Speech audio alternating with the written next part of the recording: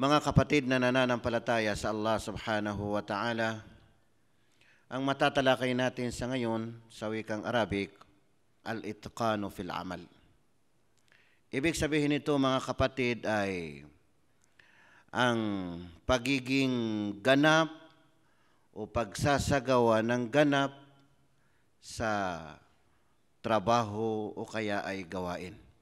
Mga kapatid na nananampalataya sa Allah, ang ating relihiyong Islam ay walang iniwanan. Biruin ba naman natin mga kapatid, pati ito sa trabaho. Ano man ang klaseng trabaho natin, ay ibig sabihin hindi iniwanan sa ating pananampalatayang Islam. Kung saan ay mayroon tayong binabasihan, mayroong sinusundan na dapat ay gawin natin mga kapatid na nananampalataya sa Allah subhanahu wa ta'ala. Ang ibig sabihin nito mga kapatid ay anumang ipinagkatiwala sa atin na trabaho, malaki man ito o maliit, ay sikapin natin na isakatuparan ito ng ganap na paggawa sa abot ng ating makakaya. Hindi mainam sa sinumang tao na binibigyan ng sahod pero hindi naman niya ginagawa mabuti ang kanyang trabaho. Hindi lamang sa loob ng bahay, sa labas. Kailangan kung ano yung trabaho natin, ano yung tungkulin natin, ay ibig sabihin gawin natin ito, gampanan natin ito kasi tumatanggap tayo ng sahod. Kapag hindi natin ginampanan, ay gumawa tayo ng tinatawag na ghish, pandaraya. Pandaraya na tumatanggap tayo ng sahod ng kompleto o kaya ay buo ayon sa napagkasunduan, samantala hindi naman natin ginagampanan ang ating trabaho. Ayon sa naisalaysay ni Aisha, kalugdan siya ng Allah, ay sinabi ni Propeta Muhammad sallallahu alaihi wasallam, "Inna Allah Ta'ala yuhibbu idza amila ahadukum amalan an yutaqinahu."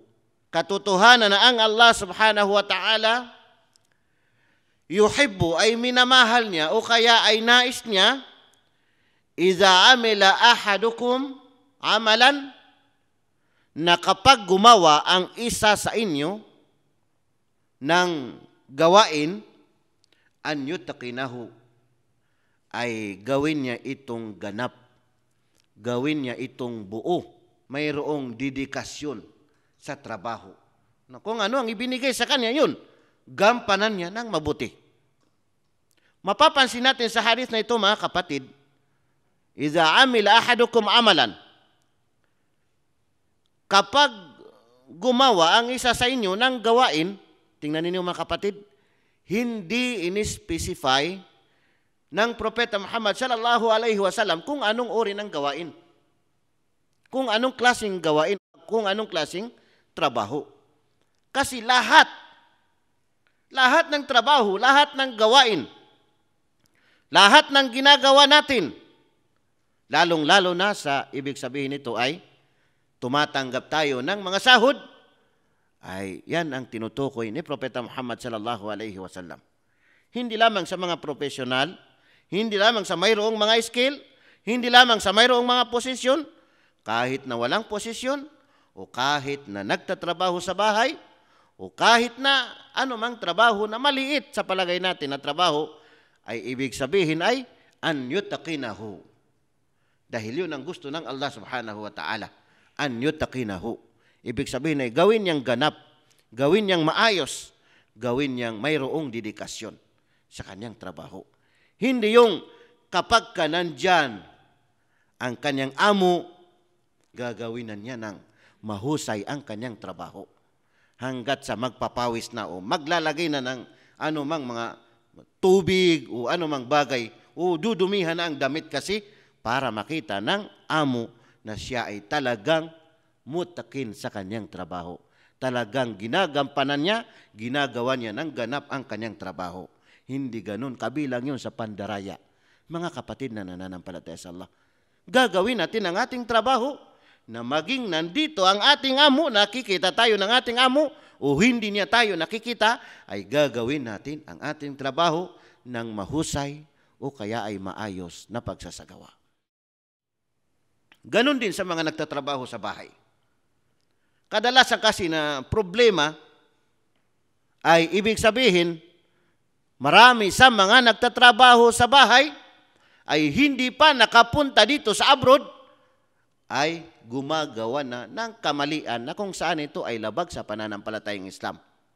Binibigyan na siya ng mga magulang, mga tiyuhin, tiyahin, kamag-anak ng anumang bagay na ipadadala sa kanya para ipakain sa amo, ilagay sa pagkain ng amo, ilagay sa inumin ng amo, ilagay sa tubig na kapag naligo ang amo na maililigo niya. Napakalaking kamalian ito mga kapatid na nananampalataya sa Allah, na hindi pa lang nakapunta, paalis pa lang, ay nagkakasala na. Paalis pa lang ay nagkakasala na. Hindi makukuha ang pagmamahal ng amo sa mga bagay na yan, mga mantika o anumang mga bagay na ilalagay mo sa kanyang pagkain, ilalagay mo sa kanyang inumin o ilalagay mo sa tubig na kanyang ililigo. Hindi makukuha ang pagmamahal o kaya maayos na pakikitungo ng amo. Kadami-dami din ang mga katulong na nagdala ng anumang mga bagay nilagay sa silupin, plastic. Na anong nangyari mga kapatid na nananampalataya sa Allah? Bagsak pa rin ang kanyang pag-abroad. Bagsak pa rin ang kanyang pagtrabaho sa abroad. Kasi kung bakit ang iba nakulong, ang iba sinaktan. Mga nagtatrabaho sa bahay ay hindi makatarungan ang ganun mga kapatid. Na si Propeta Muhammad sallallahu alaihi wasallam, inna Allah ta'ala yuhibbu, minamahal ng Allah. Kung ang Allah mismo ang magmamahal sa iyo, idza amila ahadukum amalan an yutaqinahu, kapag ginawa mo ang isang gawain, ang iyong trabaho, ang iyong tungkulin, na ganap na pagsasagawa, maayos na pagsasagawa, kung ano yung gawain mo, gagawin mo ng mabuti, malinis ang iyong pagsasagawa, ang Allah, mamahalin ka niya, sino pa? Sino pang kailangan mo? Minamahal ka ng Allah subhanahu wa ta'ala. Tingnan ninyo mga kapatid na nananampalataya sa Allah subhanahu wa ta'ala. Dahil dito mga kapatid ay lahat ng ating mga gawain, pati nga ang pagpatay, na sa pamagitan ng hatol sa pananampalatayang Islam o batas sa Islam, kailangan ay idaan sa proseso at saka mabuting pamamaraan sang-ayon sa batas ng Islam. Ang Propeta Muhammad sallallahu alaihi wasallam ay nagsabi, inna Allah kataba al-ihsana ala kulli shay, fa idza qataltum fa ahsinu al-qitla wa idza dhabhtum fa ahsinu adh-dhibha. Katotohanan na ang Allah subhanahu wa ta'ala ay itinalaga niya ang pagiging mabuti sa lahat ng bagay. Lahat ng bagay. Ala kulli shay, lahat ng bagay. Mabuti ang pagsunod mo sa Allah subhanahu wa ta'ala. Mabuti ang pagsasagawa mo sa kanyang mga ipinag-utos bilang iyong katungkulan. At mabuti ang pag-iwas mo sa kanyang mga ipinagbabawal. Mabuti ang pagsunod mo sa mga aral ni Propeta Muhammad sallallahu alaihi wasallam, kung saan ay paano mo sambahin ang Allah subhanahu wa ta'ala at iiwasan mo ang ipinagbabawal ni Propeta Muhammad sallallahu alaihi wasallam. Mabuti ang pakikitungo mo sa mga ulama, mga ustaz. Mabuti ang pakikitungo mo sa mga tao, sa lahat ng mga tao. Mabuti ang pakikitungo mo sa pamilya mo, sa magulang mo, sa mga anak mo, lalong-lalo na sa mga asawa.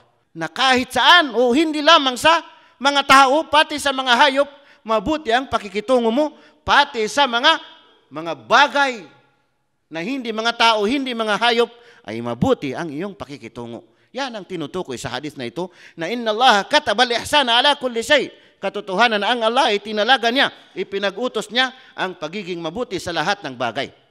Kahit pang pagpatay ng tao. Fa idza qataltum fa ahsinul qitla. Kapag kayo ay pumatay, ang ibig sabihin ng pumatay dito sa hadith na ito, ay yung tao na hinatulan ng kamatayan ay kailangan ng patayin sa pamagitan ng hukom, na kapag kayo ay pumatay, ay fahsinul qitla, ay butihin ninyo ang pagpatay sa tao na pinapatay. Hindi yung dahil sa tao na yan ay talagang hinatulan na ng kamatayan, na papatayin mo siya na kung saan ay kung ano-ano ang gagamitin mo. Sasakalin mo, o kaya ay sasaksakin mo na, o kaya ay tatalian mo, o kaya ay lalagyan mo ng mga halimbawa iskaste po mang bagay, o kaya tataddarin mo. Ay hindi yan. Hindi yan makatarungan sa pananampalatayang Islam. Kasi ang utos sa batas ng Islam ay papatayin ang tao sa pamagitan ng hatol, ng Islam, na kung saan ay kung ano yung pinakamadali ang pagpatay sa kanya. Tingnan ninyo mga kapatid na nananampalataya sa Allah. Wa idza zabahtum fa ahsinu adh-dhibha. At kapag kayo ay kumatay, ang tinutukoy dito ay yung hayop na kinakatay natin, katulad ng kambing, katulad ng manok, ay ibig sabihin, fa ahsinu adh-dhibha, ay butihin ninyo ang inyong pagkatay. Butihin ninyo ang inyong pagkatay.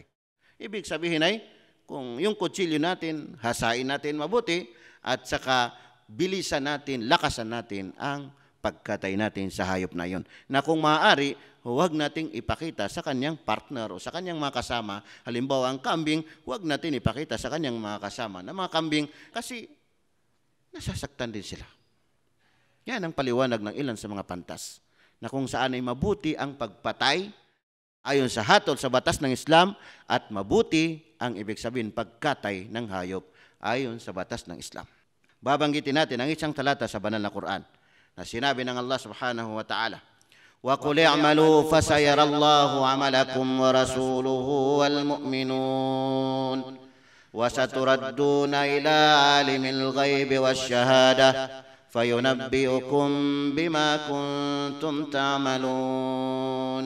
Ang talatang ito ay makikita natin sa Surah At-Tawbah 105 na aya. Ayon sa kahulugan ng talatang ito mga kapatid, وَقُلِ اعْمَلُوا, at sabihin mo o Muhammad, nagutos ang Allah subhanahu wa ta'ala, at sabihin mo o Muhammad na kayo ay gumawa, fasayarallahu amalakum, at katiyakan na minamasdan ng Allah, nakikita ng Allah subhanahu wa ta'ala ang inyong mga gawa, ang inyong mga gawain.